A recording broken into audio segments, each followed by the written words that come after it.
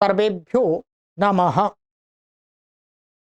देववाणी संस्कृतं यूट्यूब चलदृश्यं प्रति भवतां भवतीनां च हार्दं स्वागतम्। मित्रों, काशिका वृत्ति को पढ़ रहे हैं और हमारी काशिका वृत्ति का प्रथम अध्याय का दूसरा पाद चल रहा है। कक्षा संख्या 62वीं 62वीं कक्षा को आज पढ़ेंगे। ठीक है, चलिएगा। आज से बहुत महत्वपूर्ण प्रकरण आरंभ हो रहा है। चलिए, जो ये काल संबंधी प्रकरण था हमारा, जो महर्षि पाणिनि की अपनी उपज्ञा अपनी प्रज्ञा थी, उसके सूत्रों को पढ़ लिया विस्तार से और समझ लिया।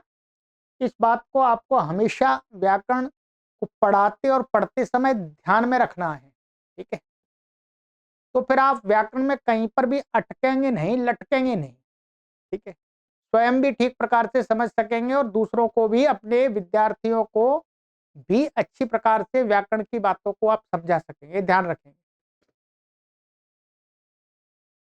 चलिए, अब सूत्र आता है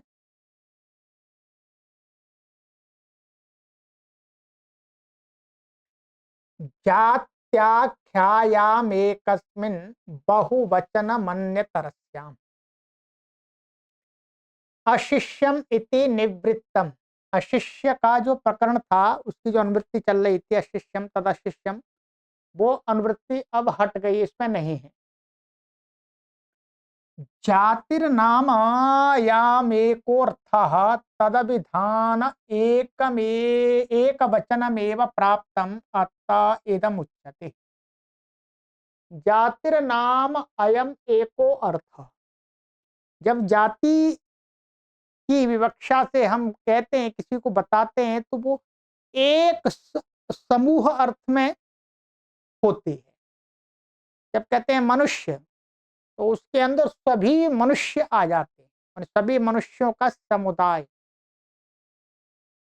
तो कहते हैं जातिर नाम अयम एको अर्थ। जाति नाम अर्थात जो जाति है वो क्या है, एक अर्थ, समूह रूप अर्थ की वाचक होती है, बोधक होती है। तद अभिधानम, उसको कहना हो तो एक वचन में प्राप्तम, तो एक है तो एक वचन ही उसको प्राप्त होगा। जो शब्द से कहेंगे तो शब्द में एक वचन ही प्राप्त होगा। अतः इदम उच्यते, इसलिए इस सूत्र को कहा जाता है। क्या कहा जाता है? जातेराख्या जात्याख्या। जाति की आख्या, जात्याख्या मान जाति का कथन। जात्याख्यायामेकस्मिन् अर्थे बहुवचनम अन्यतरस्याम भवति। माने जाति की आख्या होने पर क्या होता है, एक अर्थ होता है। एक अर्थ में विकल्प करके बहुवचन भी होता है, अर्थात एक वचन तो प्राप्त ही है, विकल्प करके बहुवचन भी होता है। तो जाति को कहने के लिए हम एक वचन शब्द का भी प्रयोग कर सकते हैं और बहुवचन का भी कर सकते हैं। जात्यर्थो बहुवत भवति यावत। तो जाति का अर्थ है, अब वो बहुवचन कैसे आएगा? बहुवचन तो तब आता है ना, बहुषु बहुवचनम। बहुषु बहुवचन माने बहुत की विवक्षा हो तो बहुवचन आएगा, केवल कह देने मात्र से तो नहीं आ जाएगा। तो कहते हैं जात्यर्थ, जो जाति का अर्थ माने जात्यर्थ होता है, वो क्या है, बहुवत, बहुत के समान बन जाती है। उसको बहुवत मान लेते हैं, तो बहुषु बहुवचनम से बहुत की विवक्षा होती है, भवती यावत, माने फिर क्या, बहुवत भवती इति यावत, माने जब वो बहुत के समान हो जाती है तो बहुवचन आ जाता है। तेना तद विशेषणानाम जाति शब्दानामपि संपन्नाधीनाम बहुवचनम उपपद्यते। इससे और भी बात आगे क्या हो जाती है कि एक तो जात्यर्थ, जो जातिवाचक शब्द हैं उनमें तो बहुवचन हो गया, परंतु अब उसके विशेषणों का भी वाक्य में कभी प्रयोग होता है। ठीक है, विशेषणों का भी होता है। तो अब विशेषणों में तो इसने कहा नहीं है, इसने तो जातिवाचक शब्दों के लिए कहा है, जो जाति अर्थ को बताने वाले शब्द हैं।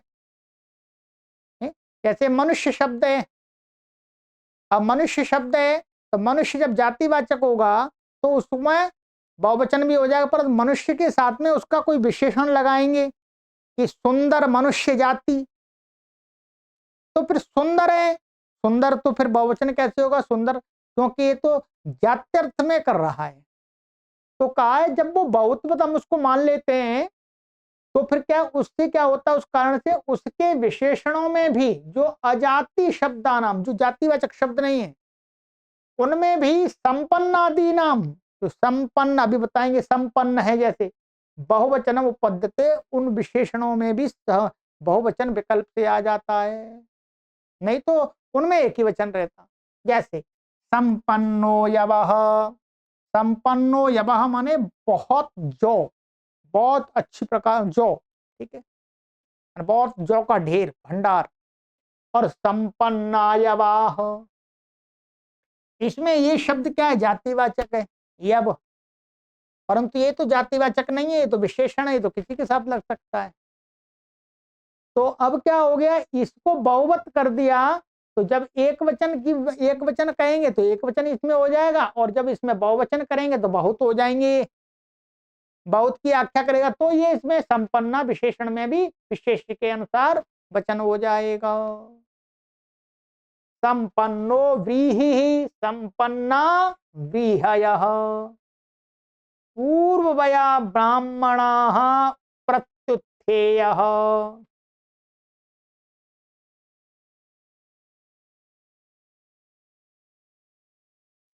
पूर्ववयसो ब्राह्मणाः प्रत्युत्थेयः,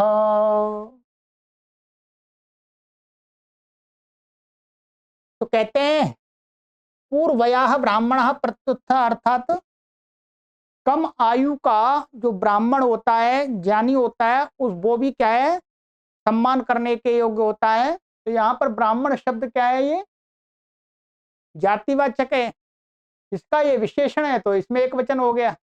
ऐसे पूर्व वयसः वयसो ब्राह्मणाः प्रत्युत्थेयः, यहाँ पर बहुवचन हो गया, ये क्या एक को ही रहा है, ब्राह्मण जाति को, ठीक है, व्यक्ति नहीं ले रहे यहाँ पर। जाति ग्रहणम किम, जाति ग्रहण क्या है, जाति ग्रहण क्यों किया, तो कहते हैं देवदत्ता यज्ञदत्ता, ये जातिवाचक नहीं है, ये व्यक्तिवाचक शब्द है, इनमें नहीं होगा, इनमें एक ही वचन रहेगा। आख्यायामिति किम, आख्यायाम ये क्यों पढ़ा, तो कहते हैं काश्यप प्रतिकृति ही काश्यप हो, भवत्ययम जाति शब्दो न त्वनेन जातिराख्यायते, कहते हैं काश्यप, काश्यप गोत्र, काश्यप शब्द क्या वास्तव में गोत्र के कारण से अनेक लोगों को कहता है,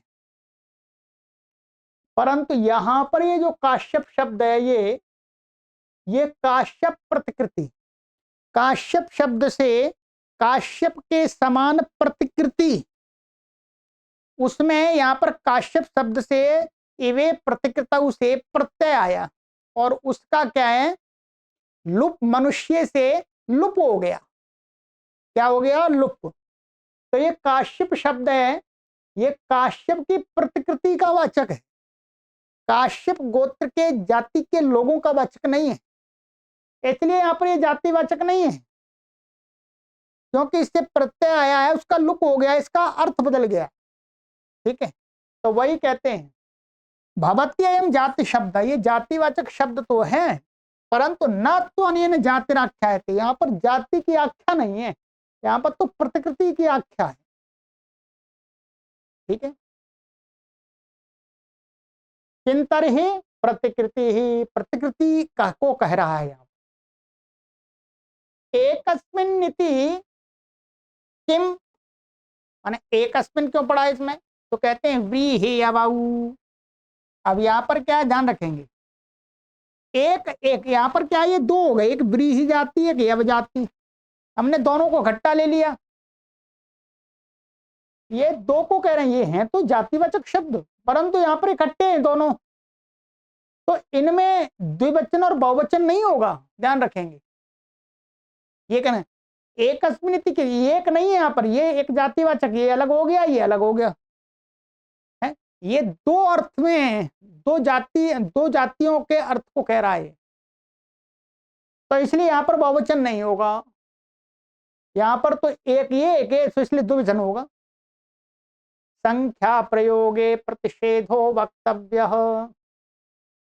कहते हैं संख्या प्रयोगे, कोई संख्यावाची शब्द यदि प्रयोग हो गया जातिवाचक शब्द के साथ वाक्य में, तो फिर वहां पर विकल्प से मना कहना चाहिए कि वहां नहीं होता। जैसे एको व्रीहि संपन्न सुभिक्षम करोति, माने ये एक शब्द संख्यावाची हो गया। केवल व्रीहि जाति माने अन्न में से केवल एक व्रीहि जाति यदि अच्छी हो जाती है तो सुभिक्षम करोति, वो अच्छी भिक्षा करवा देती है, अर्थात भिक्षुक लोगों को अच्छी भिक्षा मिल जाती है। जिस भी नगर में, जिस भी राष्ट्र में, देश में, गांव में यदि मानिएगा एको व्रीहि संपन्न, अनेक प्रकार के अन्न होते हैं, उनमें एक व्रीहि, एक मानो व्रीहि अन्न है, वो ही अच्छा हो जाता है, अच्छा हुआ है, तो फिर क्या है, उससे लोगों को भिक्षा मिल जाती है, वो भिक्षा करवा देता है। सुभिक्षम करोति अर्थात अच्छी भिक्षा देता है, लोग देते हैं उसके कारण से। तो यहाँ पर अब इसमें बहुवचन नहीं होगा, ये व्रीहि में यहाँ पर एक संख्यावाची आ गया, इसलिए एक ही वचन रहेगा। ठीक है, ये कहा, तो ये वार्तिक बना दिया, तो ये वार्तिक हो गया।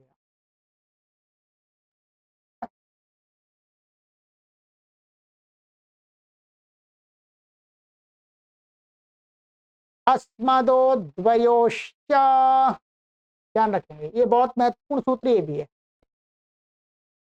अस्मदोयोर्थस्तस्यैकत्वे च बहुवचनमन्यतरस्यां भवति, कहते हैं अस्मद शब्द का जो अर्थ तस्य एकत्वे, वो यदि एक है, अस्मद शब्द का अर्थ तो क्या होता है, एक भी होता है, दो भी होता है, बहुत भी होता है, अस्मद के तो रूप चलते हैं ना। परंतु ये कह रहे हैं अस्मद शब्द का जो अर्थ है, जो अर्थ माने उसके तो कई, एक दो तीन भी अर्थ होते हैं, परंतु उसमें से जो तस्य एकत्व, एक और द्वित्व और दो अर्थ जब हो तो उसमें बहुवचनम अन्यतरस्याम भवति, अर्थात बहुवचन भी विकल्प से हो जाता है।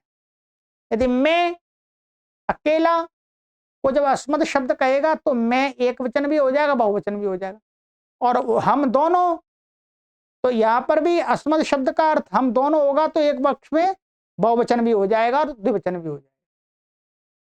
अहम ब्रवीमि वयम ब्रूमः, तो अहम ब्रवीमि वयम ब्रूमः, दोनों में से कुछ भी प्रयोग कर सकते हैं। यहां पर अर्थ है कि ये अस्मद का माने मैं अकेला, प्रयोग करते हैं अहम ब्रवीमि वयम ब्रूमः, वयम माने मैं बोलता हूं, आवाम ब्रूवः वयम ब्रूमः, यहाँ पर द्विवचन में बहुवचन हो गया। ठीक, और बहुवचन में तो बहुवचन प्राप्त ही अपने आप ही। कहने का अर्थ अब ये हो गया कि अस्मद शब्द का एक, जब एक को कहेगा तो भी बहुवचन हो सकता है, दो को कहेगा तब भी बहुवचन हो सकता है, और बहुत को कहेगा तो बहुवचन तो होता ही है, हर स्थिति में बहुवचन हो सकता है।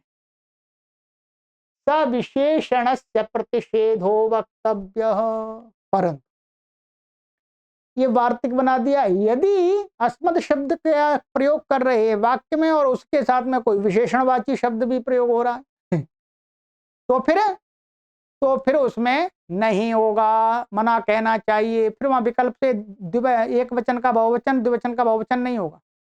जैसे अहम देवदत्तो ब्रवीमि, अब अहम मैं देवदत्त यहाँ विशेषण हो गया,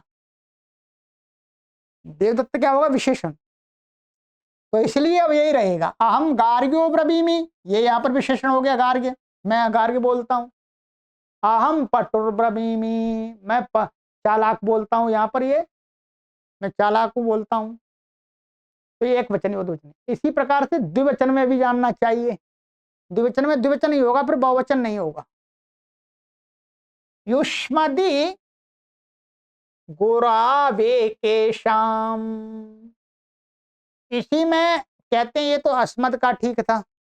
अब एक वार्तिक बनाया कि युष्मद को भी यहां जो रखना चाहिए कि युष्मदि गुरौ एकेशाम, कि एकेशाम आचार्याणाम मते, माने कुछ आचार्यों के मत में, सभी के मत में नहीं, कुछ आचार्यों के मत में, यदि युष्मद शब्द गुरु का वाचक हो, वाक्य के अंदर गुरु को कह रहा हो तुम गुरु, तो भी उसको विकल्प से बहुवचन कहना चाहिए। जैसे त्वम में गुरु हो, यहां पर युष्मद शब्द क्या है, गुरु को कह रहा है, तुम मेरे गुरु हो, अकेले कोई गुरु है उनको तुम मेरे गुरु हो, तो ये भी प्रयोग कर सकते हैं। और यूयम में गुरबः, ये भी प्रयोग कर सकते हैं, आप तुम मेरे गुरु हो।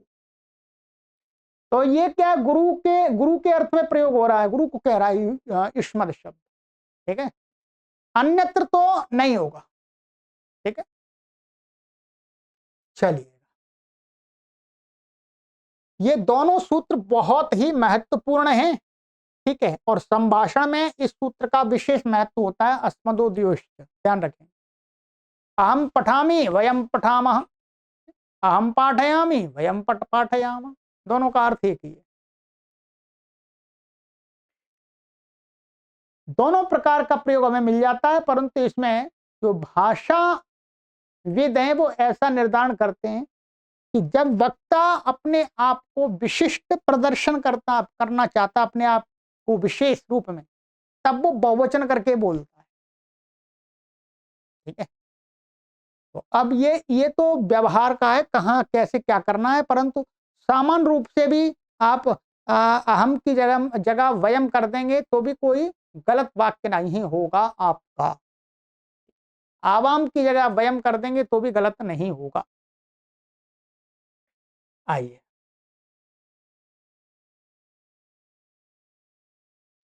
फल्गुनी प्रोष्ठपदानां च नक्षत्रे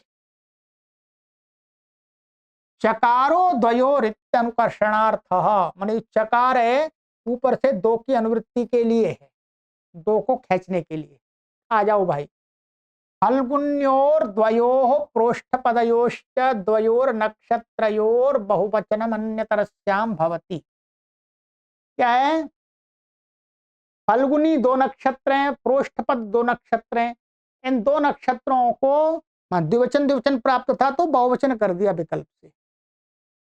कदा पूर्वे फल्गुन्यऊ, ये द्विवचन हो गया, यहाँ पर कदा पूर्वाह फल्गुन्यः, या बहुवचन हो गया, तो बहुवत हो गया, है तो दो ही नक्षत्र भी। ठीक है, कदा पूर्वे प्रोष्ठपदे, कदा पूर्वाह प्रोष्ठपदाः, बहुवचन हो गया।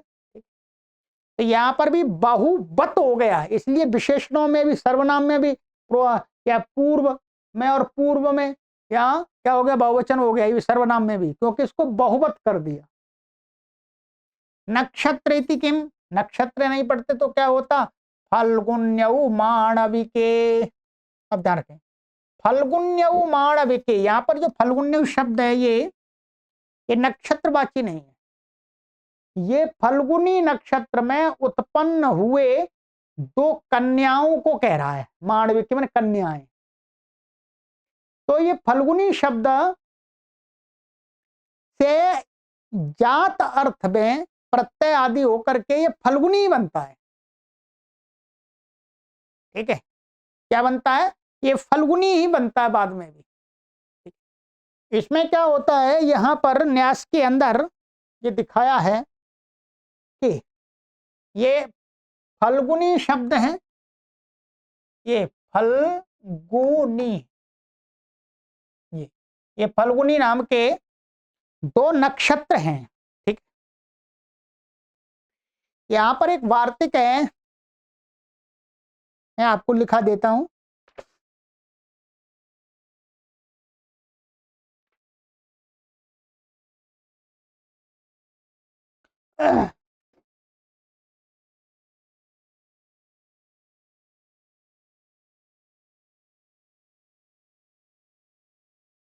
फल्गुन्याषाढ़ाभ्याम टानौ, ये वार्तिक है। क्या है? फल्गुन्याषाढ़ाभ्याम टानौ, यहाँ पर फल्गुनी शब्द से ट प्रत्यय और आषाढ़ शब्द से क्या होता है? अन प्रत्यय होता है। ठीक है, जात अर्थ में। तो फल्गुनी नक्षत्रों में उत्पन्न जो कन्याएं हैं उसको कहने के अर्थ में या फल्गुनी ओस, ठीक है, सप्तमी, सप्तम अंत से आएगा, सत्र जाता अर्थ में। तो यहाँ पर क्या प्रत्यय होगा? ट, ट हो गया, इसका लुक हो गया, और ये ट का अवच गया, ध्यान रखेंगे। ठीक है, और ये क्या है? फल्गुनी। अब यहाँ इसके पैरते इसकी भसंज्ञा हो जाएगी यची बम, और यस्यति जैसे ईकार का लोप हो जाएगा। ठीक, तो ये शब्द क्या बन जाएगा? फल्गुन। ध्यान रखेंगे, क्या बन गया? फल्गुन। ये किसको कह रहा है? यहां उत्पन्न जो है उसको कह रहा है। उत्पन्न है यहाँ पर बालिकाएं, बालिकाएं स्त्रीलिंग है, तो स्त्रीलिंग को कहने के लिए फिर इससे प्रत्यय आएगा। तो ये टित है, ट प्रत्यय था, तो टिड्ढाणी से स्त्रीलिंग में इसको क्या हो जाएगा? गीप। गीप हो गया, गीप का ई बचाइए। अब यहाँ पर यस्यति च से आकार का लोप हो गया, तो ये क्या बन गया? फल गुनी। ये फल्गुनी क्या है? उस कन्या को कह रहा है। अब ये वो कन्याएं दो हैं, तो माणविके फल्गुन्यौ, तो ये किसका वाचक है? ये फल्गुनी शब्द जैसा नक्षत्र को कहता है उसी स्वरूप में कन्याओं को भी कह रहा है। तो यह नक्षत्रवाची नहीं है, इसलिए यहाँ पर द्विवचन ही रहेगा, बहुवचन नहीं होगा। ये क्या है? ये बालिकाओं को कह रहा है, कन्याओं को कह रहा है जो नक्षत्र फल्गुनी नक्षत्र में उत्पन्न हुई है उनको। ठीक है, पूरी सिद्धि करा दी आपको। चलिएगा,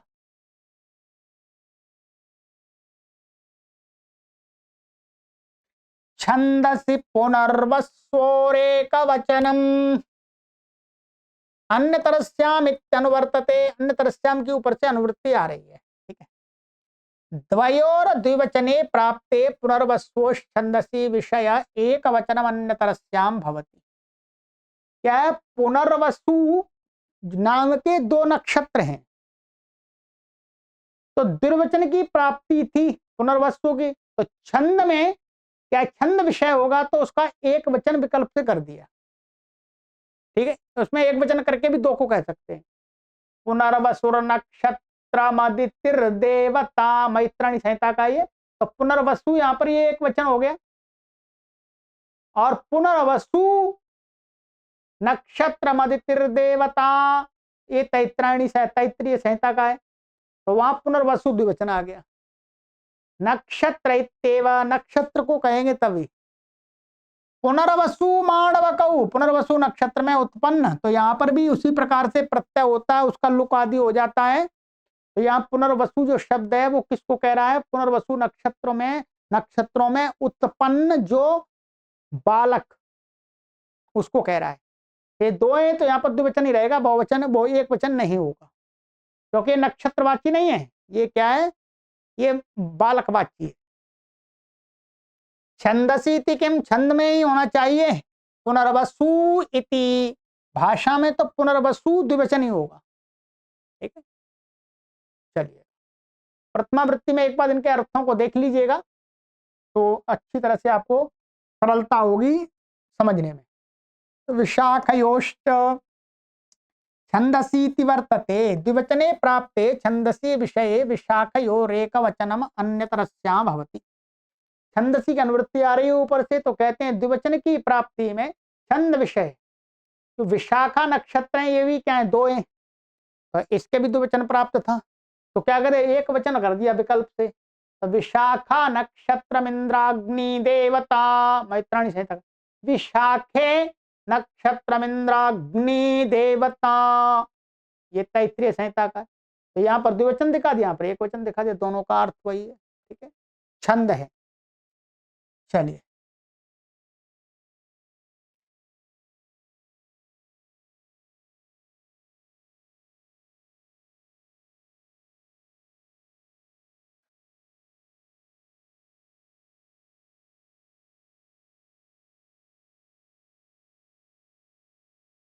तिष्य पुनर्वस्वोर नक्षत्र द्वंद्वे बहुवचनस्य द्विवचनम नित्यम।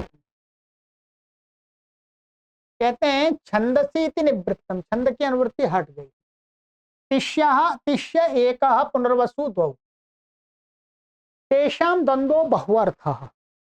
तिष्य नाम का एक नक्षत्र है और पुनर्वसु के दो हैं जो अभी बताए थे। तो कहते हैं तेषाम द्वंद्व, जब तिष्य और पुनर्वसु का द्वंद्व करेंगे तो दो और एक, तीन, तीन को कहेंगे तो बहुवचन अपने आप प्राप्त है।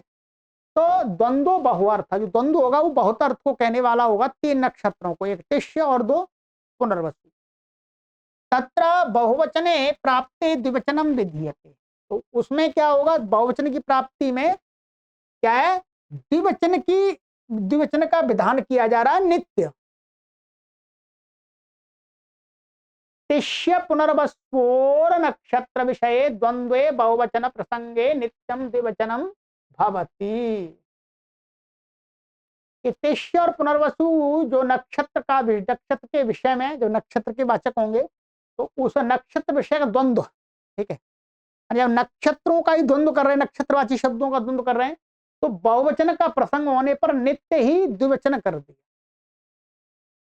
उदितौ तिष्य पुनर्वसु दृश्येते। तिष्य पुनर्वसु जो है नक्षत्र, एक तिष्य और दो पुनर्वसु, वो उदित माने निकल आए हैं, दिख रहे हैं।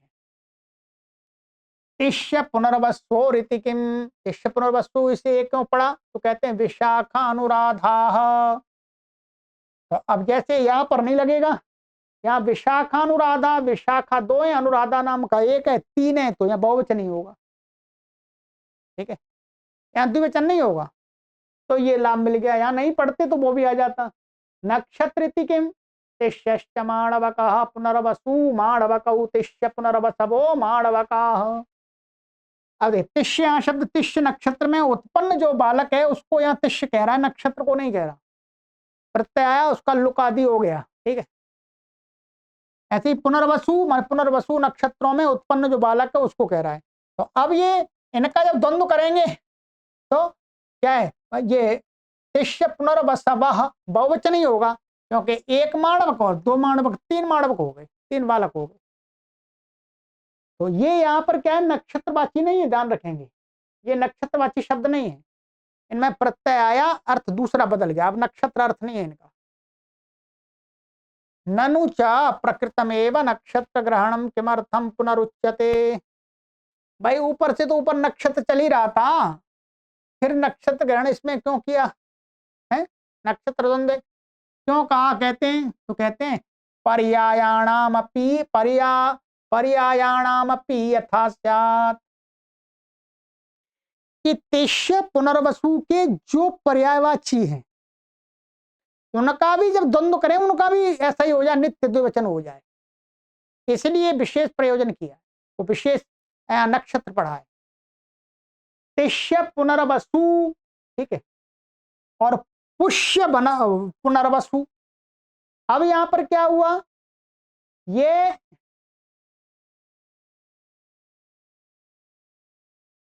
और सिद्ध पुनर्वसु, तिष्य और पुष्य और सिद्ध, ये क्या है, तिष्य पर्यायवाची है, ये तिष्य के पर्यायवाची ही है, ठीक है। तो इसलिए इसका ये लाभ मिल गया इनको।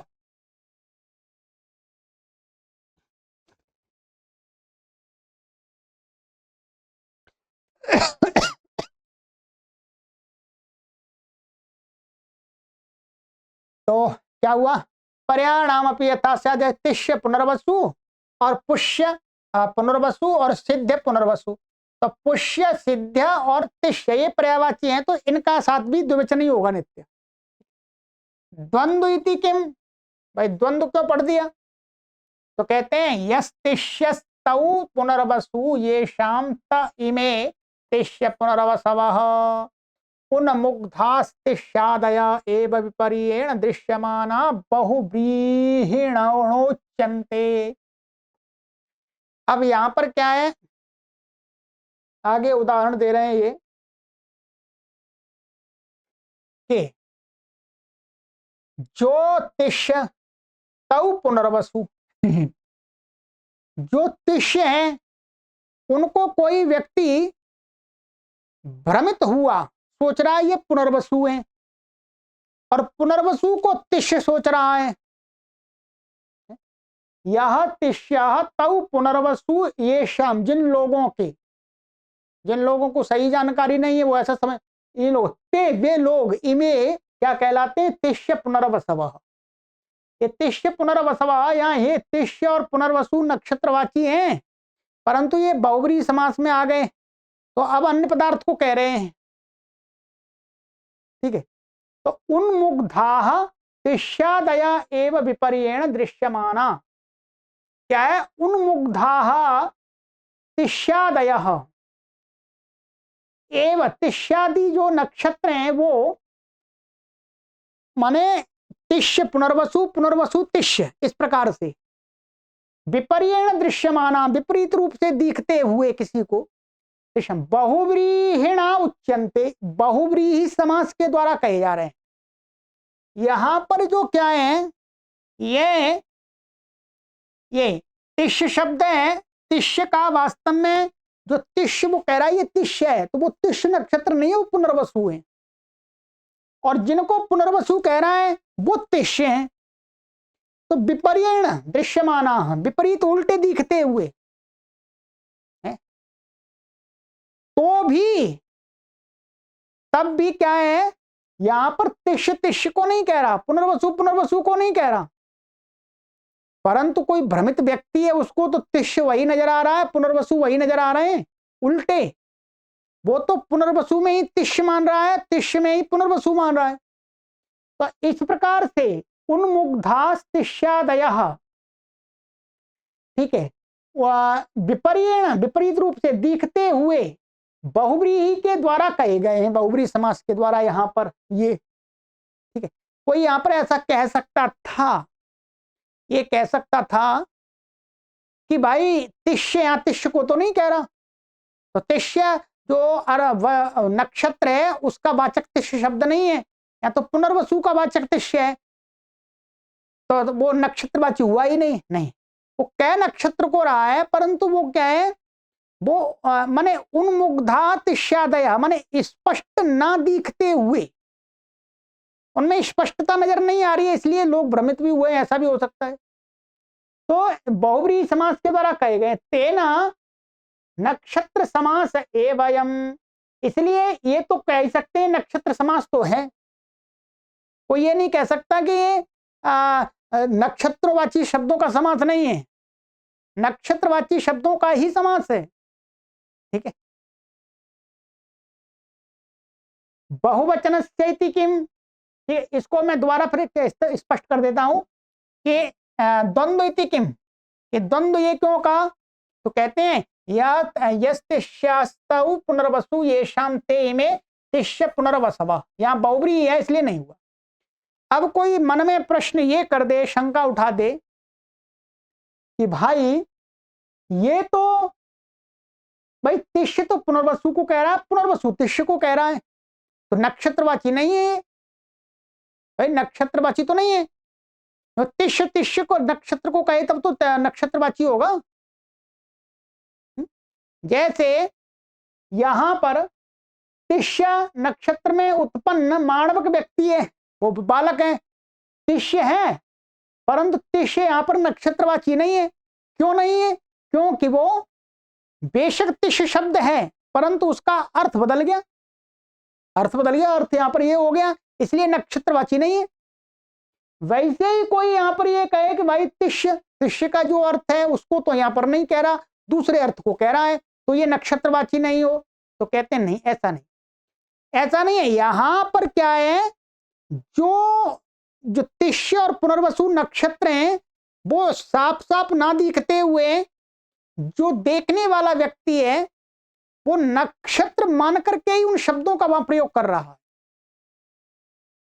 बस उल्टा कर रहा है, तिष्य नक्षत्र को पुनर्वसु मान रहा है, पुनर्वसु नक्षत्र को तिष्य मान रहा है तो नक्षत्रवाची।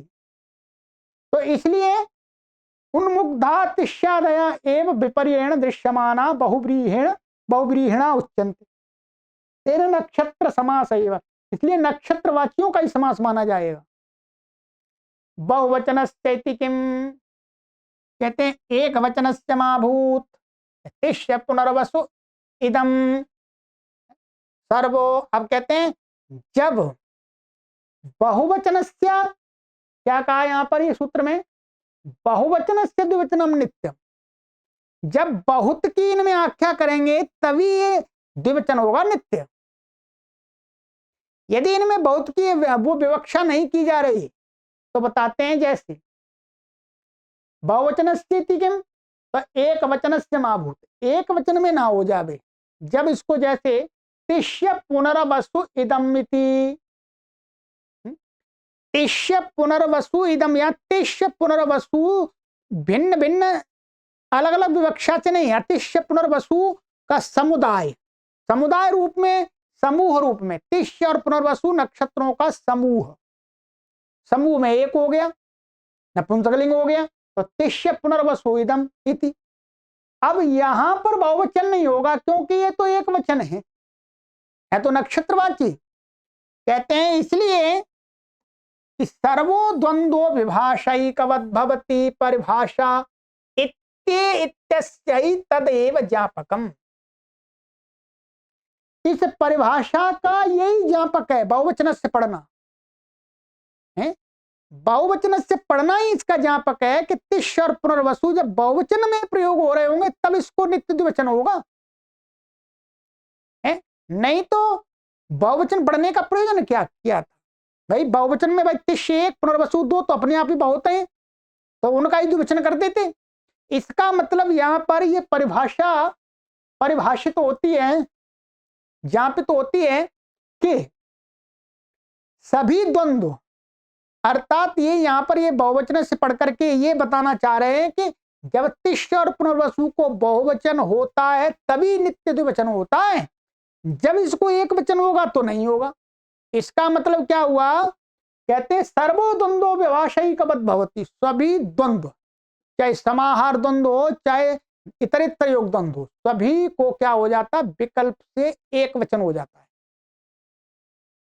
ठीक है, तो समाहार में तो समूह में एक वचन होता ही है, पर इतरेतर योग द्वंद्व में क्या है, संख्या के अनुसार वचन होता है, तो कहते हैं उसमें भी द्वंद्व ये परिभाषा से हो जाता है। इत्यस्य एतद्येव ज्ञापकम नित्य ग्रहणम विकल्प निवृत्त्यर्थम।